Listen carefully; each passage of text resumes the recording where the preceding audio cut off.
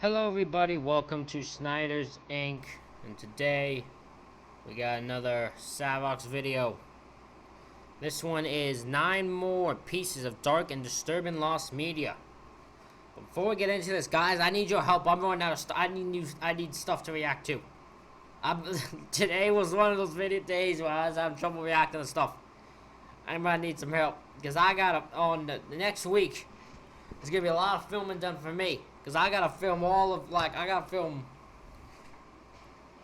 next week, a lot of next week, like a lot of the final week of June. I gotta film a whole bunch of content for that because I'm gonna be out of town and doing with stuff. So I gotta film all of us. So I need different stuff to react to. So you gotta help me out here. Y'all gotta help me out. But ladies and gentlemen, we'll get to, leave suggestions down in the comments. But this is 9 more pieces of dark and disturbing lost media. Are you guys ready? Of course you're ready. Let's go.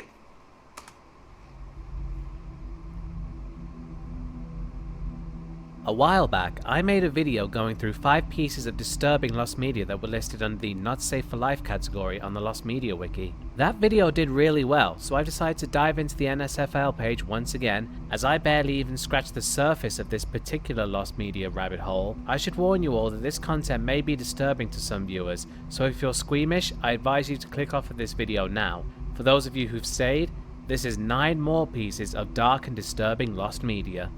Aaron Ralston's Blue John Canyon incident. I know for a fact that this is going to be one of those probably videos that get kind of not approved by YouTube. I have a feeling. So, we'll see how this goes. My name's Aaron Ralston. My parents are Donna and Larry Ralston of Englewood, Colorado. Whoever finds this, please make an attempt to get it to them. Be sure of it. I would appreciate it. Aaron Ralston is an American medical engineer and motivational speaker born in 1976. After working as an engineer for the Intel Corporation for 5 years, he quit after developing a love for mountaineering and moved to Colorado to pursue a full-time career in this field. On April 26, 2003, How do you have a full-time career just climbing mountains? I'm missing something there. There's a part that I don't get in that scenario. I guess you pay people to go, they pay you to go up into the mountains with them, I guess? That might be the career? I actually don't know. Then 26-year-old Ralston was scaling the Blue John Canyon in southeastern Utah. While climbing down a slot canyon, a boulder that he was using to support his weight became dislodged and pinned his right hand against the canyon wall. Despite his best efforts, he couldn't free his arm, and because he hadn't informed anyone that he would be climbing the canyon, he knew nobody would come looking for him. Over the next few days, Ralston was forced to ration his food supply, which consisted of 350 milliliters of water and 2 burritos, and eventually had to resort to drinking his own urine. During the course of the event, Ralston created a video diary for his friends and family, as he believed he was going to die. After failing to chip away at the boulder with a knife, Ralston decided that he would attempt to amputate his forearm. This proved difficult, however, as the knife could not break through the bone. After 5 days, Ralston carved his name and the date he predicted he would die onto the wall, and he recorded his last goodbyes to his family. The next day, however, he managed to break his arm using the torque against it. He then managed to amputate his arm using a tourniquet to stop the blood flow and a multi-tool to cut through the muscle tissue and a nerve. And so I slammed my body against the opposite wall. I grabbed the backside of the boulder and even got my feet up to where I was standing halfway up the wall and grabbing the backside of the rock and humping my body over it until finally that bottom bone snapped. But I knew that was the hard part. It was only a... God, do you imagine how your thought process has to be? Most of people would die. This guy has some last minute of energy. He's like, I'm just gonna break my arm right off. That way I can amputate it and freaking wrap it up so I can get to safety. Like, no one would think like that. You have to have, that's a different type of brain to think like that. Like, none of us would want to do that or think of that. A few more moments of work after that. And then, boom, and I wasn't even attached anymore. And I fell down like this, and I was free. You were reborn. It was the happiest moment of my life. And it's funny to think about it being, there will never be a more powerful experience for me. After freeing himself, Ralston rappelled one-handed down the canyon. While attempting to hike back to his car, he encountered a family on vacation from the Netherlands who gave him food and water and alerted the authorities. A helicopter search party happened to pass overhead moments later and picked him up.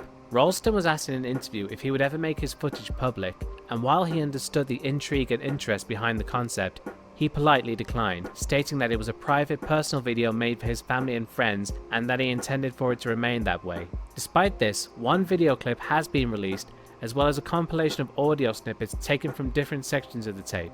Been putting a lot of effort into staying warm.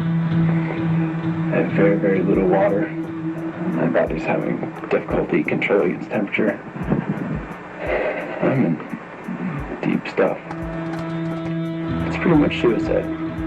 It's 4 hours from here to my vehicle. Climbing would probably be impossible with one hand. The blood loss and my dehydration, I think, are ruling that out. I think I would die if I cut my arm. I don't know what it is about me. It's brought me to this, but I go out looking for adventure and risk so I can feel alive. Tell someone where I'm going. It's just dumb. I can't stop thinking about good grapefruit juice, or margarita, or an OJ, or a popsicle. All these great things that I would love to have. An orange. Oh, the tangerine. I can't think about that stuff. God, I'm really screwed. In 2010, a movie titled 127 Hours, named after the amount of time that Ralston spent trapped in the canyon, was released starring James Franco. To prepare for the role, Franco and the film's producers were allowed to view the home video footage that Ralston had recorded, and parts of the film's transcript were taken directly from Ralston's video. While I, and I'm sure many others, would like Aaron to make the footage public, I respect his decision to keep it private, as it was obviously a very harrowing experience for him, and the story of his survival should be enough. That's fair. Yeah, he has an absolute right to keep that private. He has an absolute right to not want that footage to be revealed. It's him just unsure of his own survival, right? Like, he's unsure if he unsure if he could handle, like, you want to handle that. That would probably be very distressing, because you would probably hear himself, and he don't even want anyone even bringing it up to him. So yeah, he has a right to keep that hidden. The Cannibal Holocaust Piranha Scene. Cannibal Holocaust is a 1980 Italian exploitation horror film directed by Ruggero Deodato. The film tells the story of a missing documentary crew that was filming cannibal tribes in the Amazon. New York University anthropologist Harold Monroe is sent on an expedition to track down the missing crew. He manages to recover the film crew's lost cans of film, which an American broadcast station wishes to broadcast. Upon viewing the film reels, Monroe is appalled by the disturbing actions of the film crew and urges the station not to broadcast the documentary. Things like this happen all the time in the jungle. It's survival of the fittest. In the jungle, it's the daily violence of the strong overcoming the weak. Jack! At the time of the film's release, the found footage genre didn't really exist yet, so it was groundbreaking and is believed to have influenced the found footage movies that came years later, most notably the Blair Witch Project. Cannibal Holocaust caused a great deal of controversy, not only due to its graphic violence. I've always wanted to be in a found footage type movie. I've always wanted to be in one, but I wouldn't be a good actor, so I don't have the look of an actor, and I also don't greatest memory, so remembering lines would be tough, but man, I would love to be in one. Violence, but also due to on-screen killings of live animals and snuff film allegations that led to Deodato being charged with murder until he was able to prove the stars of the movie were indeed alive. The film was banned in Italy, Australia. Wait a minute, did I just hear that right? He was able to prove the stars of the movie were indeed alive. So he had the guy who hosted got charged with murder. and he only got released once he could prove that the actors in the actual movie were alive. That is next fucking level right there. I don't think I'd want to go that far into a horror movie. That is insane, but that is incredible also. The film was banned in Italy, Australia, Norway, and many other countries due to its content, though some bans have since been lifted. Among the many gruesome scenes in the film, another one was scripted that is commonly dubbed the piranha scene. In this scene, a single Shamatari warrior injured in battle was to have his leg amputated by warriors of the Yanomamo tribe. The tribe would then tie the Shamatari warrior to a log and lower him into the piranha-infested waters, slowly being eaten alive by the fearsome fish. Filming for the scene did commence but was never completed due to the piranhas being difficult to control and the film crew's underwater camera was malfunctioning and only production stills exist. It was rumoured that the scene was included in several obscure foreign video releases, but this was proven to be false. The whereabouts of the surviving footage, if any, is unknown. John, I want this material burned. All of it.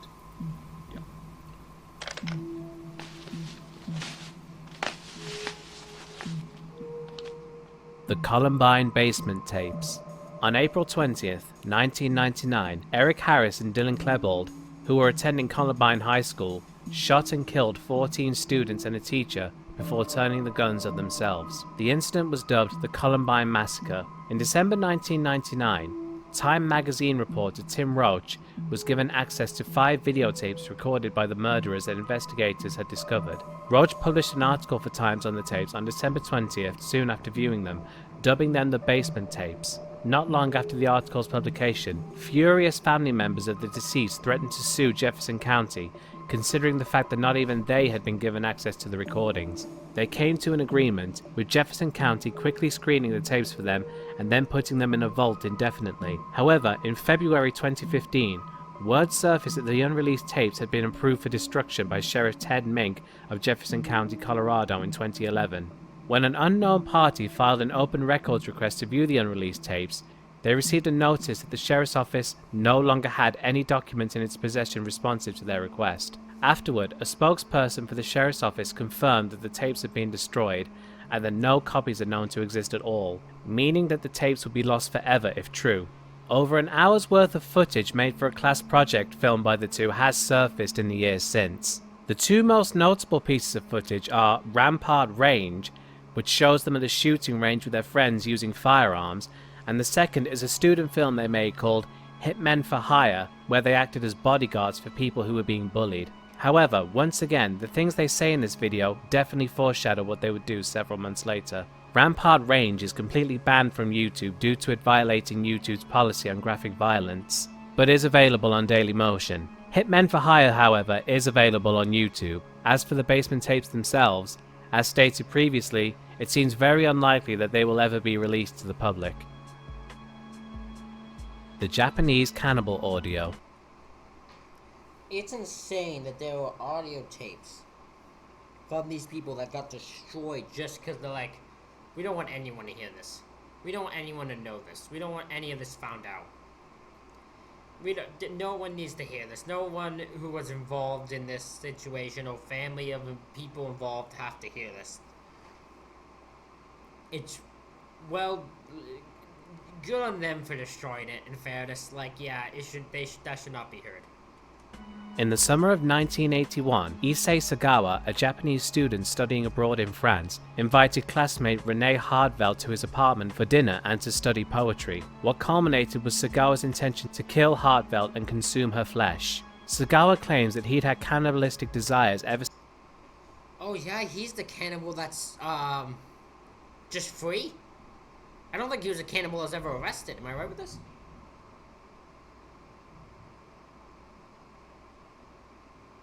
He was the cannibal that was never arrested, or either that or he's the cannibal that's at least free today. One of the two. Since he was a child, after seeing. I know he's free today. I just don't know if he was if he like got free, like he didn't get a full life sentence and was free, or he just never actually got arrested. I don't remember. Someone else's thigh. In 1977, at the age of 27, Sagawa moved to France to pursue a PhD in literature at the Sorbonne in Paris. On June 11, 1981. Sagawa, then 32, invited his classmate Renee Hardvelt, a Dutch woman, to dinner under the pretext of translating poetry for a school assignment. While Hardvelt was reading a Jones Robert Becher poem about death, he shot her with a rifle. Using an electric knife, he started taking more than several kilos of meat from her body. He consumed her flesh during the next 3 days, cooking several meals and performing depraved acts with her corpse, before finally getting rid of the body. Sagawa recorded the entire incident on tape, including Hardvelt's last words and the actual shot that was fired. He also shot a total of 39 photographs showing several stagings he made with the corpse. Trying to make her body disappear, Sagawa eventually made a mistake by losing one of the suitcases containing her body parts in a public garden. The police... How on earth do you lose the suitcase containing her body? How on earth do you even pull that off? How do you lose that? That's something you should be like, I would think if you're a murderer, which this guy is, and a cannibal, which this guy is, you'd make sure you kept those in, you make sure you know where those are, because, those get lost. You're gonna get caught. Like, how do you I know it's a weird thing for me to be confused over. I'm just trying to figure this out. How do you lose that?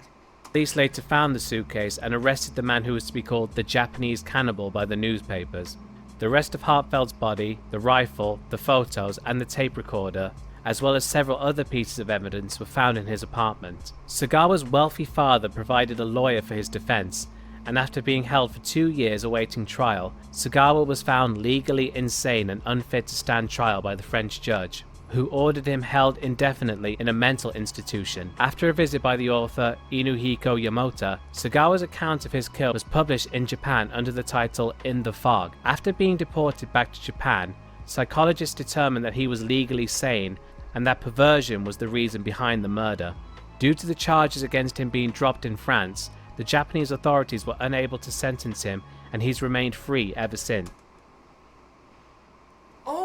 So hold on. So let's dissect this. So he was found legally insane by a jury in France. Was sentenced to spend the rest of his time in an insane asylum, in a mental hospital. Got sent back to Japan because that's where he's from. Japan found him sane, but because the charges were dropped in France, they can't charge him. So this guy's just walking free. What the So technically, right, he did never get charged, technically. And he technically did, yeah, he's free today. In the years since the murder, Sagawa has somehow become something of a celebrity in Japan.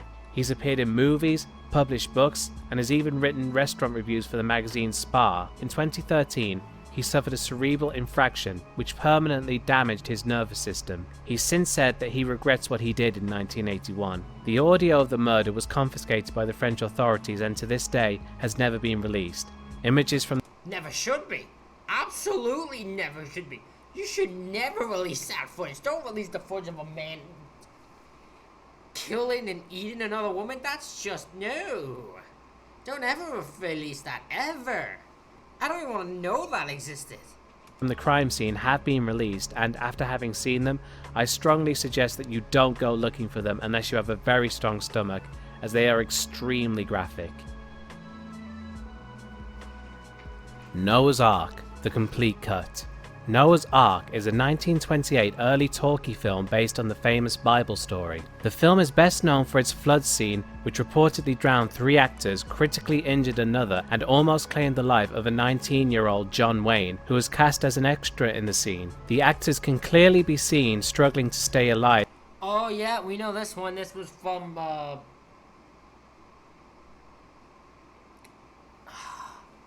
this was one of the Nick Crowley videos, I think. It was on a Nick Crowley video. I just don't remember which one it was. But yeah, we definitely know about this. Yep.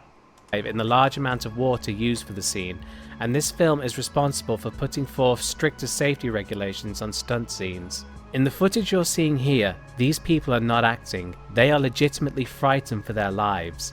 When the film premiered in New York, it was 135 minutes in length. The film received harsh criticism for its poor sound quality and the aforementioned flood scene. For the wide release version, 35 minutes were cut to correct those criticisms.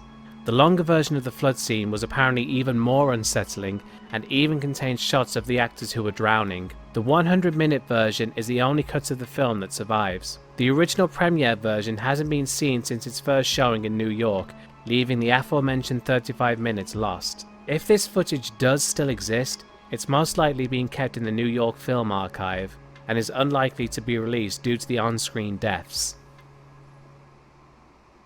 The Skyway Man. The Skyway Man is a 1920 documentary film about stunt flights produced by Fox Film Corporation. The film is mostly known both for its breathtaking stunts as well as the uncut footage of the crash that claimed the lives of Omar Locklear and Milton Elliott. On the night of August 2nd, 1920, one stunt was being filmed using the floodlights to help guide the pilots. The two pilots were operating a biplane and instructed the crew members to shut off the lights when they were getting ready to get close to the ground. They had flares attached to the wings to give the plane the illusion that they were on fire. The plane was to simulate a crash on the ground. The crew, however, neglected the directions to turn off the floodlights. Blinded by the glare of the lights, the pilots had no idea the ground was closer to them than they thought, and the plane crashed, killing both instantly.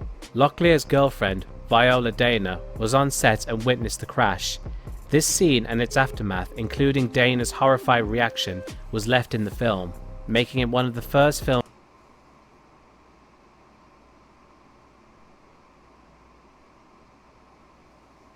So they left the actual footage of of the plane actually crashing where the two actors die, and they kept the horrified reaction of the one actor's wife seeing it or hearing it. Or you can hear her. I mean, like you can hear her thing. I don't think they showed her. I would hope they didn't. But like, what the fuck? Films to feature the on-screen deaths of its members. The scene shocked audiences worldwide. No footage of the film is known to exist, but some production stills, ads, and photos of the crash have survived. The death of Steve Irwin. Yep, I know this one. I'm gonna go close a window quickly, but since I know this, I'll let y'all hear this. G'day and welcome to the primitive island of New Guinea. On this mission, I'm going to take you from the mangroves all the way across the swamplands, up a river, into the rainforest, and right up into the mysterious jungles in the clouds. If you grew up in the Sorry, just had to close a window because I think a storm's coming where I live and I need to prepare for it. 90s and early 2000s, it's likely you know who Steve Irwin is. Steve Irwin is of course better known as the Crocodile Hunter, thanks to his documentary series of the same name, which ran from 1996 to 2007 and achieved worldwide acclaim, mostly due to Irwin's daredevil presenting style, whereby he'd put himself into incredibly risky situations to capture footage of numerous dangerous animals. If I can get it on the ground, on a flat level ground, I've got a good chance. You're all right, mate. You're all right. It means business. Snake is aggressive. Its mouth's open. This must be pretty typical for the Egyptian cobra. You're all right, mate. You're all right. You're all right, buddy. You're all right. You're okay. Settle down.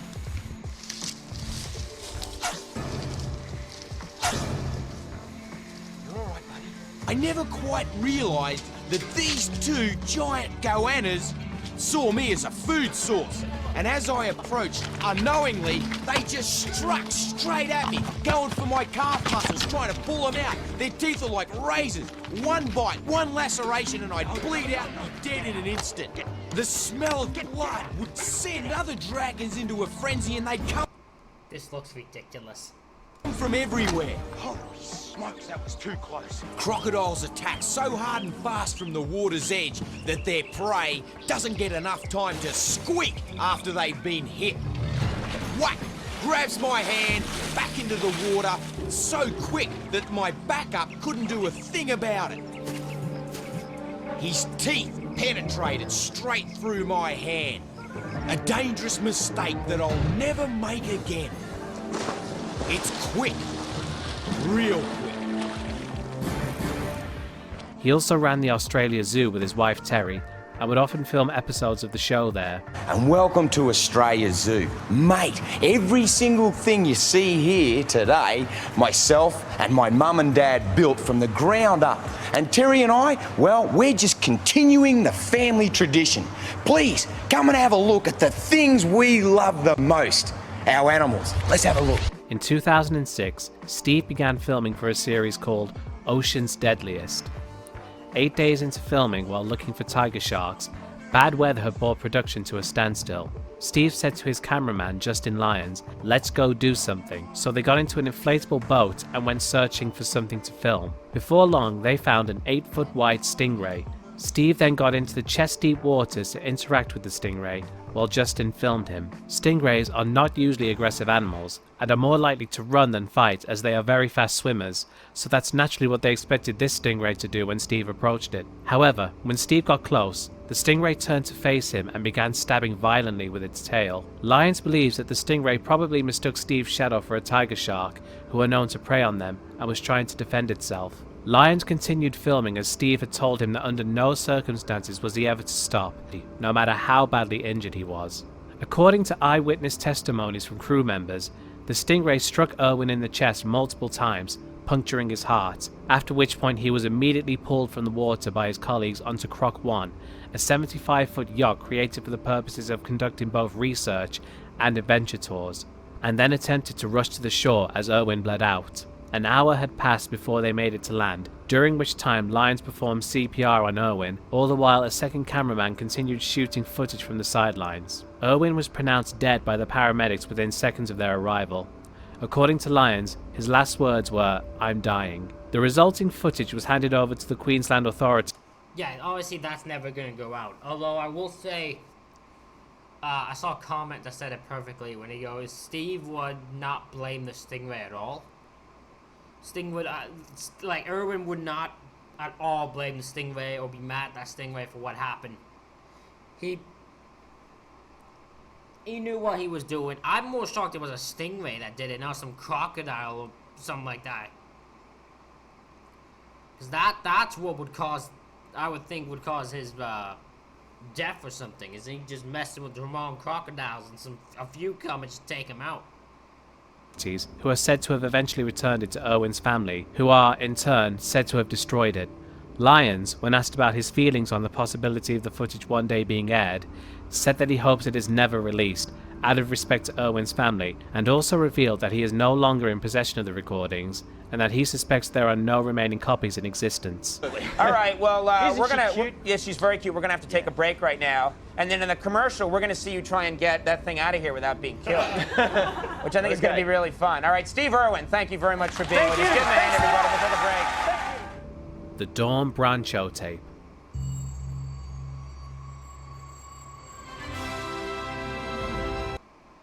I don't know this one. I don't actually know this one at all.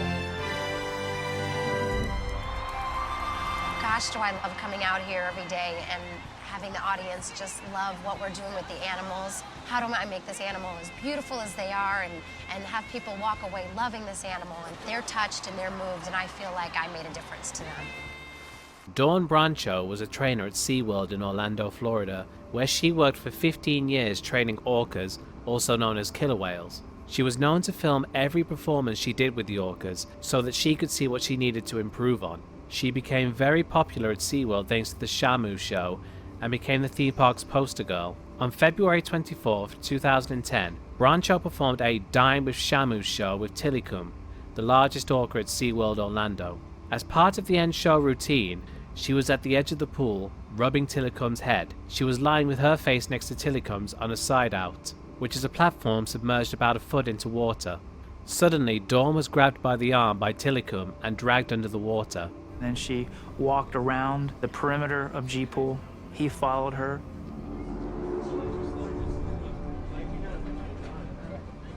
And then continued over into the rocky ledge area where she laid down with him to do a relationship session, which is, it's quiet time basically. Tilikum at some point grabbed a hold of her left forearm and started to drag her and eventually did a barrel roll and pulled her in. He wouldn't release her, and because she was submerged under the water, she drowned. Eventually, the park's employees were able to lure Tillicum into a smaller pool and attempted to calm him down. After 45 minutes, he finally released her body. It wasn't until the autopsy that it was revealed just how much blunt force trauma Tillicum had caused to Brancho's body. As stated earlier, Dawn had every performance filmed, so the attack was caught on camera and part of the footage. Yeah, that's never gonna be fully released. No way, that'd be so violent. So violently fit, like you couldn't release that. No, with any good conscience. But it's insane. She was around whales the entire time, and you see this, 'cause I believe that clip where the whale's walking up to, like, going up to her is from the actual shot. You could see she did not actually believe she was in any danger from that whale. Like, she did not think she was in danger. It's very dangerous for some animals. You gotta, even the ones you think you're okay with, they can turn on you in a heartbeat.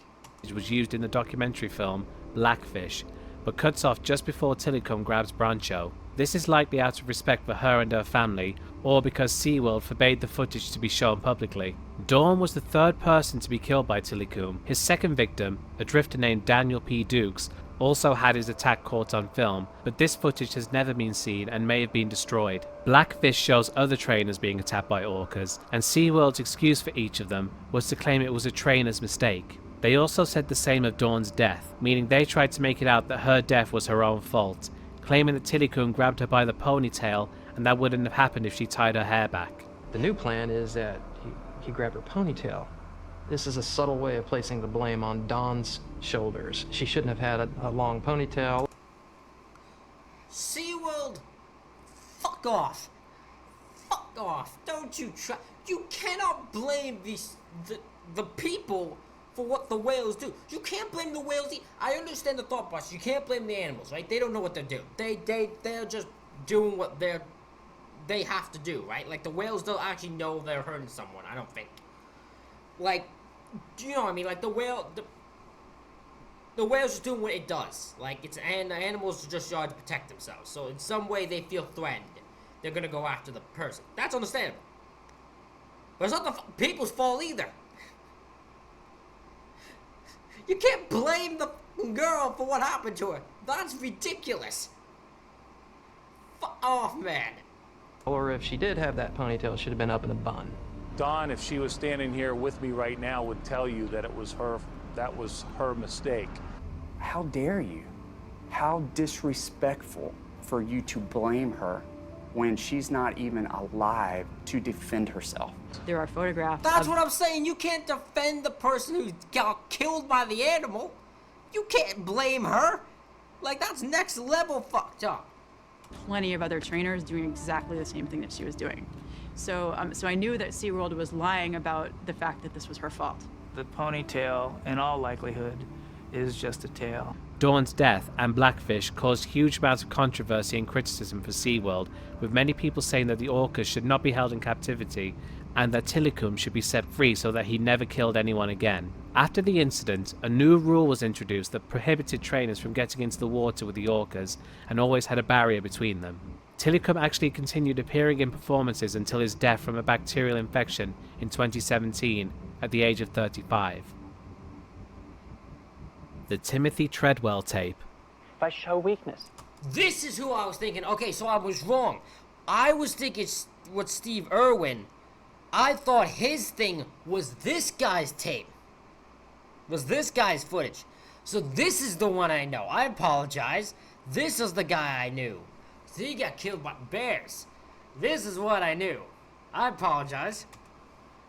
If I retreat, I may be hurt, I may be killed. I must hold my own if I'm going to stay within this land. For once there is weakness, they will exploit it, they will take me out, they will decapitate me, they will chop me into bits and pieces. I'm dead.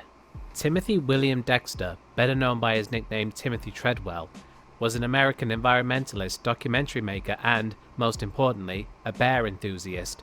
Treadwell was known for spending long periods of time in Halo Bay on the Katmai coast in Alaska, where he'd observed grizzly bears. He was known for getting extremely close to the bears he observed, sometimes even touching them and playing with bear cubs. He would often name the bears he met and was said to develop long-standing relationships with them. I want to introduce you to one of the key role players in this year's expedition. The bear's name is the Grinch. The Grinch has come on to be one of the more frequent bears here in the Grizzly Maze. The Grinch is a female of about 5 years of age. Oh, hi, Grinch. Hi. And she has kind of an aggressive attitude. Hi. If I turn around too much, she'll bite me. It's okay. Hi, how are you? Between 1990 and 2001, he'd become notable enough that he'd been traveling around the USA teaching children about bears, and had even appeared on the Discovery Channel and The Late Show with David Letterman. Now, when you're with these grizzly bears, you're surrounded by them. They're very close to you. Is that how you live with them? Yes, I always give them respect and lots of room, because, you know, a grizzly's the boss out there. But you interact with them? It's important that every bear knows who I am and that I fit on their hierarchy if I'm to survive. Is it going to happen that one day we read a news article about you being eaten by one of these bears? No. In October 2003, Treadwell and his girlfriend, Amy Huguenard, who unlike Treadwell actually feared bears, were in Katmai National Park to study them. They were there later than usual, and at the time, the bears were filling up on food for hibernation. Food was scarce that year due to a series of droughts, which made them unusually aggressive. On October 5th, Treadwell informed an associate via a satellite phone call that they were having no problems with any of the bears in the area. Oh, I must hide from the authorities. I must hide from people who would harm me. I must now even hide from people that seek me out because I've made some sort of, I'm just gonna say this. If you're a bear enthusiast and you love going out with bears, that's fine. I wouldn't bring the wife or girlfriend or whatever, the wife who is fear of bears with me. I'd leave that alone, because the bears would go off of fear, wouldn't they? So, if you fear them, they know you fear them. I don't want to say celebrity, but they come here to Alaska and they hear about Treadwell in the bush and they want to go find him. Well, they can't. I'm hidden down below. No one knows where I am. Even I don't even know where I am. The next day, Willie Fulton, a Kodiak air taxi pilot, arrived at Treadwell and Huguenard's campsite to pick them up, but found the area abandoned, except for a bear, and contacted the local park rangers. After a quick investigation, their remains were found. Park rangers shot the bear and, upon dissecting it, discovered human body parts in its stomach. A video camera was found at the site, which contained a 6-minute long recording consisting only of audio due to the lens cap not being removed while the camera was on. The audio on the tape consisted of Treadwell and Huguenard screaming as they were attacked by the bear. The tape later found its way into the hands of Treadwell's ex-girlfriend, Jule Palovac. In 2005, German filmmaker Werner Herzog created a documentary called Grizzly Man, where he covered Treadwell's work in Alaska. In it, he met Palovac and was granted access to listen to the tape. While we can't hear any of it, we do see Herzog's reaction. Can you turn it off? After listening to it, he tells Palovac that she should destroy the tape. Julie, you must never listen to this. I know, Werner. I'm never going to. And you must never look at the photos that I've seen at the coroner's office. I think you should not keep it. You should destroy it. Yeah. I think that's what you should do. Okay. Because it will be the white elephant in your room. That's insane. Like, he heard the thing and was like, you can't let anyone else see this. You need to destroy this tape. Don't let a soul near it. Don't want no one can see this tape. Like, he's making it clear, like, do not let, like, destroy this thing. That's how disturbing She ultimately chose not to destroy it, but has stored it in a safe deposit box and claims to have never listened to it. As with the rest of the entries on this list, it seems unlikely this will ever be made public. But let me tell you, ladies and gentlemen, there is no other place in the world that is more dangerous, more exciting than the Grizzly Maze. Come here and camp here. Come here and try to do what I do. You will die. You will die here. You will frickin' die here. They will get you. I found a way. I found a way to survive with them. And there we have it, folks. That's not. God, that is insane. How there is media out there that we will never see, because if we did see, it would just be too disturbing and too messed up for us to understand, and like you just get creeped out by it. Ladies and gentlemen, let me know what you think of this video in the comments. Hit the like button, hit the subscribe button. Thank you all for watching. I'll see you all for the next one.